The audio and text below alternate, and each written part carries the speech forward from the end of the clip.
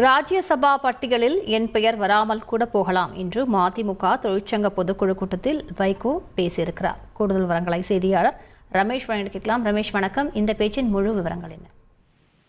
வணக்கம். ராஜ்யசபா பெயர் பட்டியல்ல என்னுடைய பெயர் வராமலும் போகலாம். அப்படி வரவில்லை என்றாலும் மதிமுக தொண்டர்கள் கோபப்படக்கூடாது, சமூக வலைதளங்கள்ல திட்டி எதுவும் பதிவிடக்கூடாது அப்படின்னு மதிமுக பொதுச் செயலாளர் வைகோ பேசியிருக்கிறார். குறிப்பாக மதிமுகவினுடைய தொழிலாளர் அணியின் பொதுக்குழு கூட்டம் கடந்த வாரம் நடைபெற்றது. இந்த கூட்டத்தில்தான் மதிமுக பொதுச் செயலாளர் வைகோ பேசும்போது ராஜ்யசபா எம்பிக்கான அந்த தேர்தல் அப்படிங்கிறது இன்னொரு ஒரு மாதத்துல வரப்போகுது. அப்படி தேர்தல் வரும்போது அந்த ராஜ்யசபா எம்பிக்கான பெயர் பட்டியல்ல என்னுடைய பெயர் இல்லாம கூட இருக்கலாம் அப்படிங்கிற ஒரு பதிவா சொல்லியிருக்காரு.